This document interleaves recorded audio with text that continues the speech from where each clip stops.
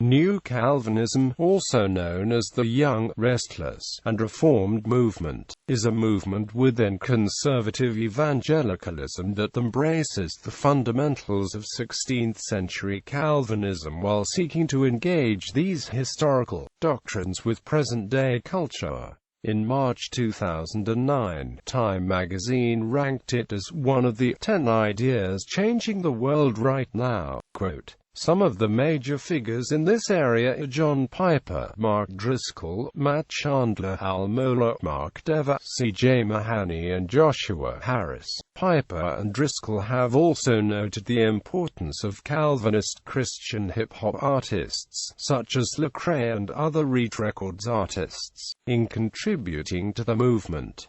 Old and New Calvinism, rooted in the historical tradition of Reformed theology, New Calvinists are united by the common doctrine." In a Christianity Today article, Colin Hansen describes the speakers of a Christian conference. Each of the 7 speakers holds to the 5 points of Calvinism. Yet none of them spoke of Calvinism unless I asked about it. They did express worry about perceived evangelical accommodation to postmodernism and criticized churches for applying business models to ministry. They mostly joked about the many differences on such historically difficult issues as baptism, church government, eschatology, and the gifts of the Holy Spirit.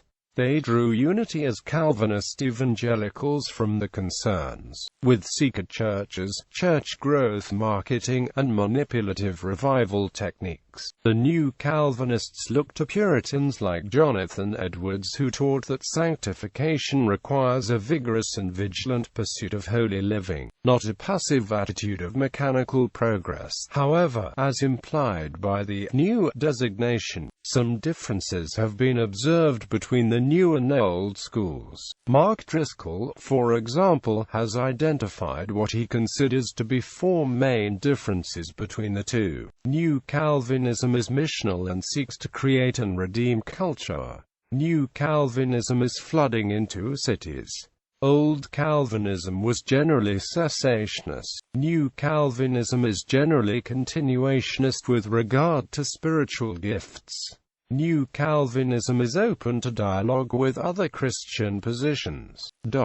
This 4th distinctive is what Driscoll considers a vital component in being able to engage with contemporary society. Criticism. R. Scott Clark, professor of church history and historical theology from Westminster Seminary, California, argues that New Calvinists like Driscoll should not be called Calvinists merely because they believe in the 5 points of Calvinism, but rather he suggests that adherence to the 3 forms of unity and other Reformed confessions of faith is what qualifies one a Calvinist. Specifically, he suggests that many of the New Calvinists' positions on infant baptism, covenant theology, and continuation of the gifts of the Spirit are out of step with the Reformed tradition. J. Todd Billings, professor of Reformed theology at Western Theological Seminary, argues that the New Calvinists tend to obscure the fact